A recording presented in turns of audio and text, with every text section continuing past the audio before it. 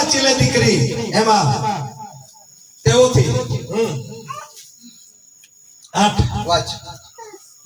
તેઓથી બીતોના hallelujah તમારે તેઓથી શું કરવાનું છે પીવાની કોઈ જરૂર નથી હાલેલુયા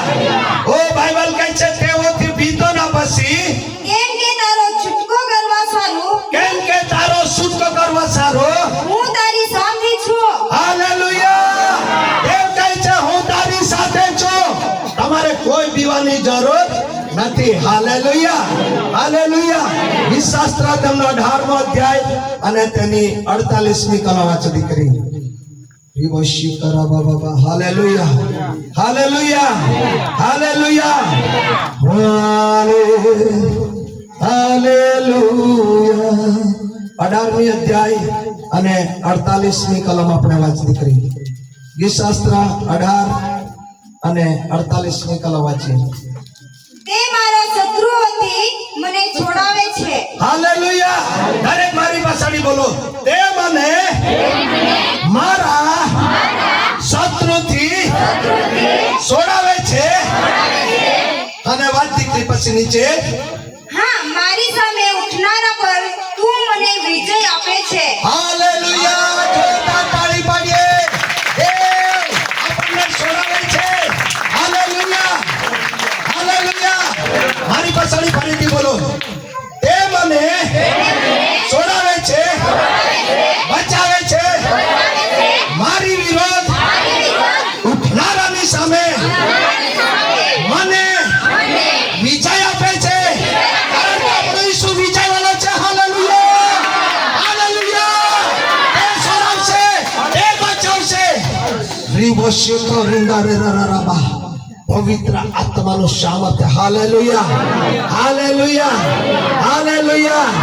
દાનિયેલનો પુસ્તક તેમનો 6મો અધ્યાય અને તેની 27મી કલમની અંદર વાંચીએ તેની અંદર એવું લખવામાં આવ્યું છે કે દાનિયેલ જાણતો હતો સિંહના બિલમાં હવે તો મને રાજા નાખી દેવાનો છે હવે તો મારો શું થશે પરંતુ તે જાણતો હતો કે મારો દેવ મને છોડાવશે મારો દેવ મને બચાવશે હાલેલુયા ગમે તેવા તમારા જીવનમાં સંકટ મુશ્કેલી આવી જાય તો પણ દેવ તમને છોડાવશે ને બચાવશે હાલેલુયા હાલેલુયા હાલેલુયા કારણ કે ઈશ્વર આપણને બચાવવા વાળો પરમેશ્વર છે યર્મિયાનો પુસ્તક તેમનો 30મો અધ્યાય અને 17મી કલમ આપણે વાંચી લે દીકરી હાલેલુયા આપણે અત્યારે બે વચન વાંચીને આપણે પ્રાર્થનામાં જઈશું હાલેલુયા શાસ્ત્ર તેમનો એ યર્મિયાનો પુસ્તક તેમનો 30મો અધ્યાય 17મી કલમ વાંચી આપણે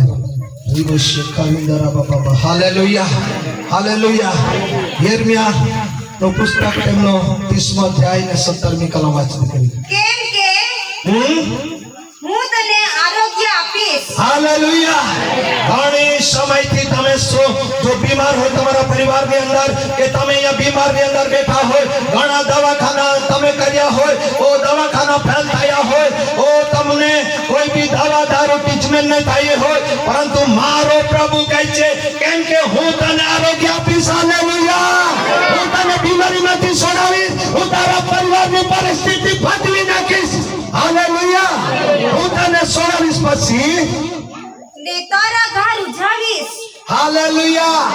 ગમે તેવા તમારા હૃદયના ઘાવ હોય પરંતુ દેવ કહે છે તારા ઘાવને હું ઉજવી દઈશ હાલેલુયા હાલેલુયા એવા ઘાવ હોય તો પણ દેવ તમને રૂજવી દેશે હાલેલુયા બીમારીના ઘાવ ઈશ્વર રૂજવી દે છે હાલેલુયા હાલેલુયા પરંતુ યશાયાની અંદર લખ્યું છે યશાયા 41:10 માં પ્રભુનું વચન કહે છે મારી દીકરી હું તને કદી નહીં છોડીશ હું તને કદી અનાથ નહીં મૂકીશ ઓ તારા બાળ બચ્ચા તારો સમય તને છોડી દે પરંતુ હું તને કદી નહીં છોડીશ હાલેલુયા ઓ યોહાન 14 અને 18મી કલમમાં કહે છે હું તને અનાથ નહીં મૂકીશ હું તને એકલી નહીં મૂકીશ હાલેલુયા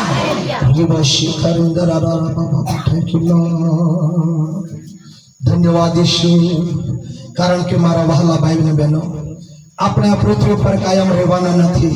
આપણે આજ એક દિવસે પૃથ્વી છોડીને આપણે જવાના છે ત્યારે આપણે આપણા પતિને બચાવીએ